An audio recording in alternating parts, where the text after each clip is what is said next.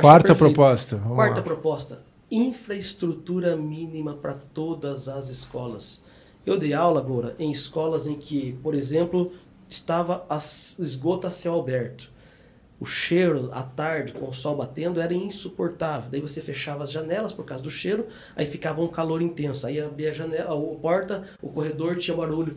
Era um caos. E a aprendizagem não funcionava por falta de uma infraestrutura mínima. Sim. E eu estou pensando a nível não apenas de Curitiba, que há uma desigualdade, as pessoas acham que é cidade modelo e não tem problemas, mas há uma desigualdade latente em Curitiba que precisa ser resolvida, mas ao mesmo tempo a nível de Brasil.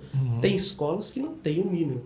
Então acho que essa infraestrutura mínima é bacana. Sim. E passa por isso que você mencionou, de uma escola como um espaço de uma sociedade completa. Participei do Fórum de Mobilidade nas nossas reuniões no ano passado, que você esteve presente lá no canal do Djalma, fazendo um bate-papo uma vez. E aí a professora, a arquiteta lá da Espanha, falava assim, que aqui as crianças da escola ajudaram a construir todo o acesso à escola. Então, a avenida para cadeirantes, para pensar para as crianças que são portadores do espectro do autismo, e ao mesmo tempo tem essa característica de uma necessidade visual diferente, auditiva. Sim. Toda a escola pensada pelas crianças e para as crianças. Porque é elas que vão ocupar aquele espaço de acesso à escola. Agora, na Vila Uberlândia, lugar de onde eu venho, não tem calçada. 6 horas da tarde, a hora que o pessoal está saindo da escola, é uma disputa entre carro, moto, criança, mãe, ônibus, cachorro passando. É um caos. A gente tem uma defesa, Djalma, né, que assim... Todas as escolas, elas poderiam já, a partir da rede escolar que a gente tem nas cidades, pensando em Curitiba, mas Maringá, Londrina, todas as escolas deveriam ter um acesso com ciclovias, com calçadas acessíveis, com acalmamento de trânsito efetivo, né, para que os alunos pudessem ir, por exemplo, de bicicleta para a escola com segurança. Com toda a segurança. Que eu, como pai, você como pai, não, o Pedrinho vai para a escola de bike e eu estou tranquilo, porque ele tem um caminho seguro para ir. Isso já existe em várias cidades do mundo, né? E aqui no Brasil a gente vê essa profunda desigualdade na infraestrutura urbana, né? Que diz respeito também, assim como um descaso da educação é um projeto, também essa cidade desigual ela é um projeto, né? De manter... Eu já ouvi aqui no IPUC, o Instituto de Planejamento e Pesquisa Urbana de Curitiba, arquitetos, né, da gestão do prefeito Greca, dizendo assim, não, a gente não pode misturar as classes sociais, porque aqui no Batel você não pode ter habitação de interesse social. Porque como é que o sujeito que ganha 1, 2 salários mínimos vai conseguir ir na padaria do Batel? Porque o preço ali ele não vai conseguir comprar um pão. Ou seja, existe uma visão higienista, existe uma visão ainda muito preconceituosa que a gente tem que combater. Então, os mecanismos presentes, né, para a gente transformar as cidades, eles têm que ter como premissa básica a equidade, né, o acesso aos serviços públicos para todas as pessoas, criando oportunidades. Eu tive, em 2015, a oportunidade de visitar Medellín, no Fórum Mundial da Bicicleta. A gente fez o Fórum Mundial aqui em Curitiba em 2014, e daí em 2015 foi Medellín, e eu fiz uma palestra lá, e Medellín passa, né, por uma transformação urbana enorme, assim, a cidade está num vale, e você tem assim, enormes favelas assim, nos morros, um processo que a gente foi visitar lá, no meio da favela, assim, do morro mais vulnerável, mais pobre, eles fizeram a maior biblioteca, como se fosse o Museu Oscar Niemeyer, presente, assim, com uma baita de uma arquitetura, com a infraestrutura. E é difícil fazer isso numa realidade como a nossa? Não é, só que, por exemplo, o que a gente privilegia em termos de política cultural, por exemplo? Tá? Por que não se faz um grande centro cultural lá no Sítio Cercado? Lá no Tatuquara. Porque é melhor colocar um fast food que vai atender os interesses econômicos de uma classe. E a gente mantém as coisas assim, os investimentos no Museu Oscar Niemeyer aqui no Centro Cívico.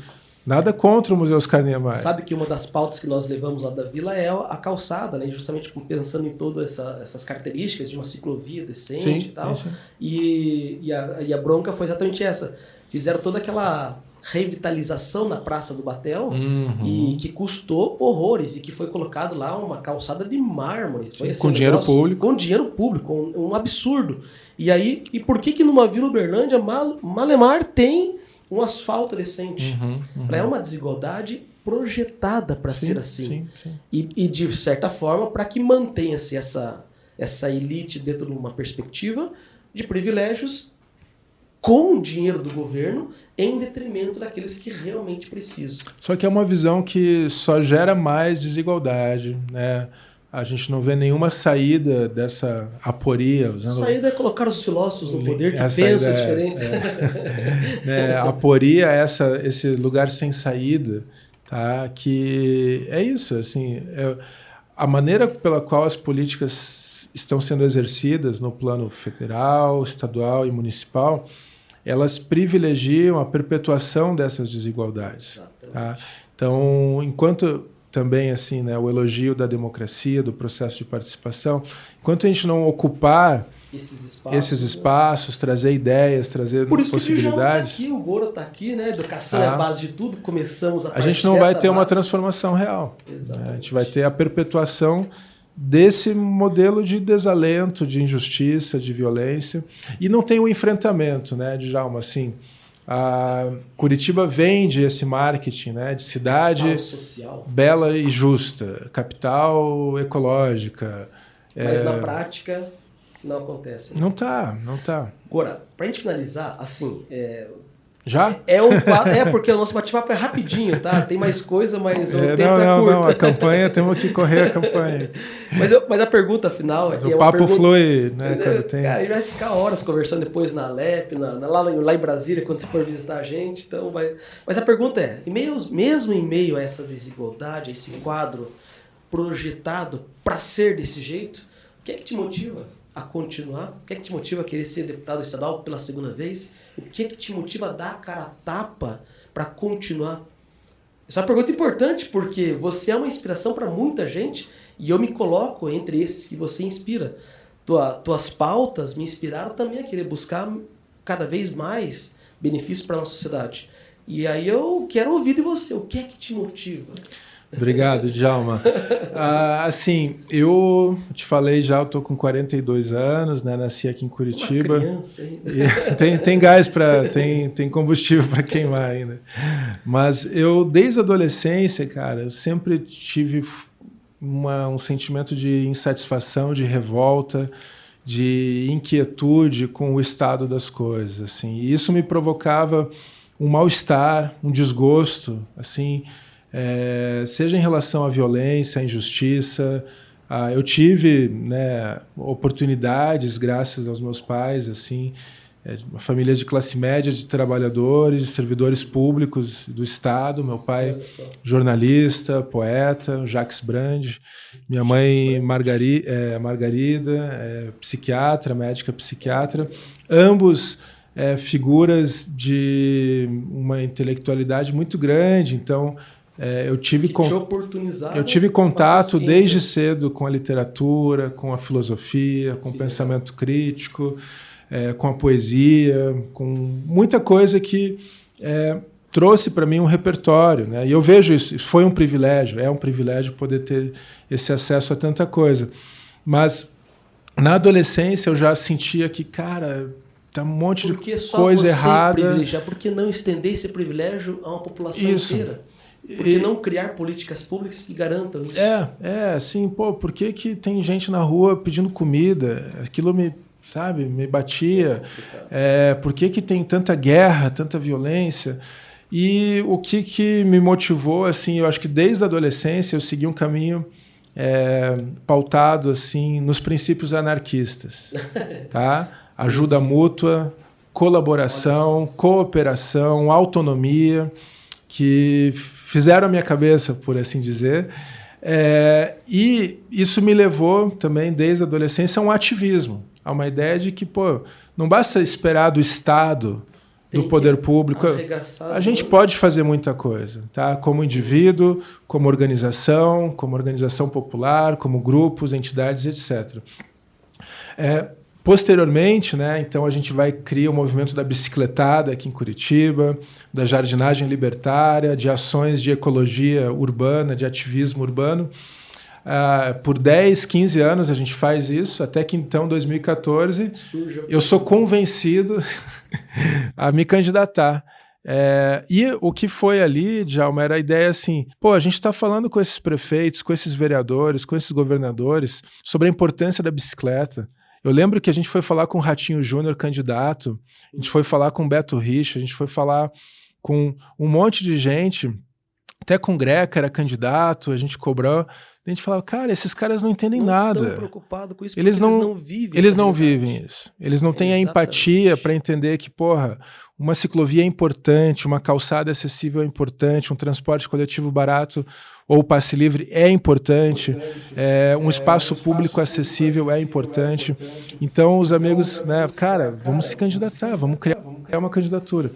E eu me candidatei com esse intuito com esse mote, vamos ocupar a política. E eu sigo acreditando nisso, tá? O meu coração anarquista ainda está vivo, mas eu entendo que... Um anarquista democrata, está dentro do sistema, a partir da democracia. Porque, e veja assim, Djalma, o mandato comprometido com essas lutas, ele faz a diferença. Sim. Sem falsa modéstia, tá? O nosso mandato foi o mandato mais atuante da LEP nesses 3 anos e meio. Eu acompanhei. A gente fez 62 audiências públicas, a gente apresentou 125 projetos de leis de várias áreas, tá? Desde a agroecologia, da agricultura, dos direitos humanos, da mobilidade. Tem a estrutura para mudar e fazer diferença realmente. E a gente consegue com isso, eu estou vendo assim, talvez, eu acho que exige uma inteligência política, exige essa capacidade de conversar com o outro, com o diferente, porque a ALEP, os parlamentos, a Câmara Federal, são locais de gente de todo tipo. Tá? Agora, como é que eu vou conseguir conversar não com o fascista, não com aquele que é contra a democracia, mas que pode ser um conservador, que pode ser um cara de direita? Onde que a gente tem um ponto de convergência? Então, eu acho que esse é o exercício, né? A gente conseguiu criar, por exemplo, lá na LEP, uma bancada da bike. Olha que legal. Tá? Aprovamos projetos de leis do turismo, de bicicleta. Precisamos encorpar essa bancada. Então, é uma bancada suprapartidária, uma bancada que envolve um monte de gente diferente, mas que entende que a bicicleta é importante para as nossas cidades. Beleza, ponto. Que mais que a gente pode ter convergência? Cultura da paz? Alguém aqui é a favor da violência? Pode ser que na prática... Então, eu acho que são esses exercícios, né? O que me motiva, Djalma, é que até buscar, né? Eu estou candidato à reeleição, 1208, galera, tá? E professor Djalma, 1214, deputado federal, a gente continuar esse processo. Tá? Eu já disse, né? Essa é a minha última campanha a deputado estadual. Eu sou candidato à reeleição com o intuito da gente aprofundar e consolidar tudo que a gente fez, né, esse período. A gente visitou as comunidades quilombolas, comunidades indígenas, a cultura caiçara, assentamentos, a realidade, né, tão desigual do Paraná. E eu quero um segundo mandato para a gente aprofundar tudo isso. Mas, assim, a gente precisa ter mais gente. Eu falo que é o último, não por um motivo de orgulho ou qualquer coisa, porque eu espero que agora a gente amplie um pouco essa bancada crítica na Assembleia, na Câmara Federal igualmente.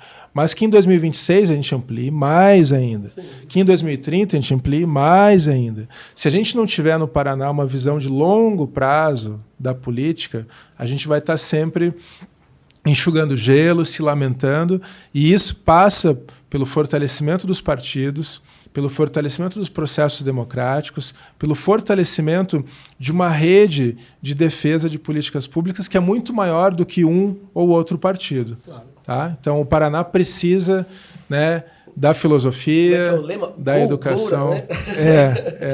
Goura, né? É isso, querido. Nosso tempo se encerra aqui. Nosso cameraman já está falando assim, acabou o tempo.